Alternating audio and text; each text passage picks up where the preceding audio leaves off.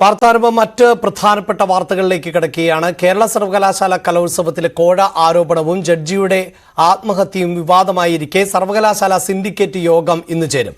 അജണ്ടയിൽ ഇല്ലെങ്കിലും കലോത്സവം യോഗത്തിൽ ചർച്ചയ്ക്ക് വരും. മരിച്ച ജഡ്ജി മത്സര ഇനങ്ങളുടെ ജഡ്ജ് ഷാജിയുടെ സംസ്കാരം ഇന്ന് കണ്ണൂർ പയ്യാമ്പലത്ത് നടക്കും.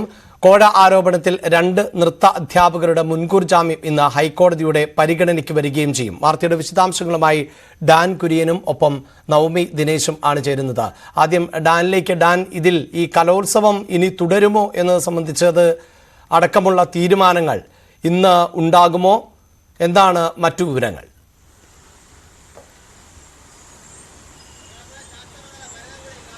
അഭിലാഷ് നേരത്തെ സൂചിപ്പിച്ച പോലെ വിവാദങ്ങളുടെ പശ്ചാത്തലത്തിലാണ് സിൻഡിക്കേറ്റ് യോഗം ചേരുന്നത്. അതായത് ഈ സർവകലാശാല കലോത്സവത്തിലുണ്ടായ അക്രമ സംഭവങ്ങളുമായി ബന്ധപ്പെട്ടുണ്ടായ കോഴ ആരോപണം ഉൾപ്പെടെയുള്ള വിവാദങ്ങൾ ഒരു വശത്ത്, അതിന് തൊട്ടു പിന്നാലെ നടന്ന ജഡ്ജിന്റെ വിധികർത്താവിന്റെ മാർഗകളിയിലെ വിധികർത്താവായിരുന്ന കണ്ണൂർ പയ്യാമ്പലം സ്വദേശി PN ഷാജിയുടെ ആത്മഹത്യയുമായി ബന്ധപ്പെട്ട വിവാദങ്ങൾ.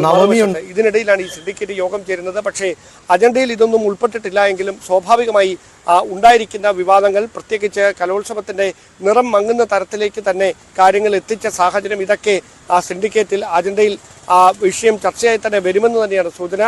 കലോത്സവം മുമ്പോട്ട് കൊണ്ടുപോകണമോ, സമ്മാനദാനം ഉൾപ്പെടെ നടത്തണമോ എന്ന കാര്യത്തിൽ കൃത്യമായ തീരുമാനം ഇന്നത്തെ സിൻഡിക്കേറ്റ് യോഗത്തിൽ ഉണ്ടാകാൻ തന്നെയാണ് സാധ്യത. അതിനിടയിൽ ഈ വിവാദങ്ങളിൽ മറ്റേതെങ്കിലും തരത്തിലുള്ള നടപടികളിലേക്ക് പോകേണ്ടതുണ്ടോ എന്നതടക്കമുള്ള കാര്യങ്ങൾ ഇന്ന് വിശദമായി ചർച്ച ചെയ്യുമെന്നാണ് ലഭ്യമാകുന്ന വിവരം. അഭിലാഷ്. നവമി ദിനേശ് കൂടിയുണ്ട്. നവമി, ഇതിലിപ്പോൾ ഈ ഒരു ജഡ്ജ് മരിച്ച സാഹചര്യം ഉണ്ടാകുന്നു. മറ്റ് 2 പേർ കൂടി ഇതിൽ ആരോപണം നേരിടുന്നവർ ആണല്ലോ. ഇവരുടെ ഹർജി എപ്പോഴേക്ക് പരിഗണനയ്ക്ക് വരും? എന്താണ് വിവരങ്ങൾ?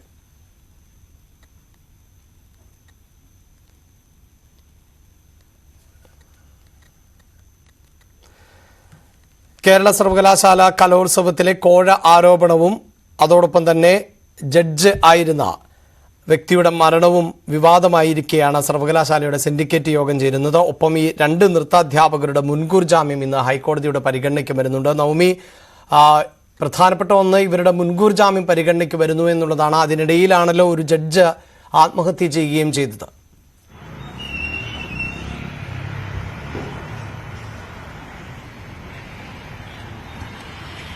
അഭിലാഷ്, ഈ ഒരു വിധികർത്താവിന്റെ, അതായത് ഈ ഒരു ആത്മഹത്യ വലിയ രീതിയിലാണ് ചർച്ചയായിരിക്കുന്നത്. അതിനിടയിലാണ് കഴിഞ്ഞ ദിവസം മുൻകൂർ ജാമ്യാപേക്ഷയുമായി മറ്റ് 2-3 പ്രതികൾ കോടതിയെ സമീപിച്ചത്. അവർ പ്രധാനമായും പറയുന്ന കാര്യങ്ങൾ ഇതൊരു രാഷ്ട്രീയ പ്രേരിതമാണ്. തങ്ങൾ അത്തരത്തിൽ ഈ ഒരു കോഴ നൽകുവാനോ അല്ലെങ്കിൽ തങ്ങളുടെ വിദ്യാർത്ഥികൾക്ക് സമ്മാനം അല്ലെങ്കിൽ 1ാം സ്ഥാനം മേടിച്ചു നൽകാൻ വേണ്ടിയിട്ടുള്ള യാതൊരു വിധത്തിലുള്ള ഒരു കോഴ ആരോപണമോ അല്ലെങ്കിൽ സ്വാധീനമോ ഒന്നും ചെലുത്തിയിട്ടില്ല. ഇതൊരു രാഷ്ട്രീയ പ്രേരിതമാണ്.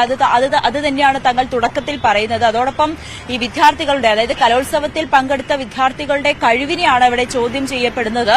അതുകൊണ്ട് തങ്ങൾക്ക് മുൻകൂർ ജാമ്യം നൽകണമെന്നാണ് കോടതിയിൽ ആവശ്യപ്പെട്ടത്. കോടതി പ്രധാനമായും ഉന്നയിക്കുന്ന കാര്യം കേന്ദ്ര സർക്കാരിന്റെ നിലപാട്, സംസ്ഥാന സർക്കാരിന്റെ നിലപാടാണ് ഇന്ന് ആവശ്യപ്പെട്ടിരിക്കുന്നത്. ഈ ഒരു വിഷയത്തിൽ എന്താണ് സർക്കാരിന്റെ നിലപാട്? സർക്കാർ ഈ ഒരു സംഭവവുമായി ബന്ധപ്പെട്ട് കേസ് എടുത്തിട്ടുണ്ട്. അതിലാണ് 1, 2, 3 പ്രതികളെ അറസ്റ്റ് ചെയ്യുകയും ചെയ്തിരുന്നു. അതിൽ 1ാം പ്രതിയാണ് ഷാജി കഴിഞ്ഞ ദിവസം ആത്മഹത്യ ചെയ്യുകയും ഒക്കെ ചെയ്തത്. ഇതിന്റെ ഒരു അടിസ്ഥാനത്തിൽ എന്തായിരിക്കും സർക്കാരിന്റെ നിലപാടെന്നാണ് പ്രധാനമായും കോടതി തേടുന്നത്.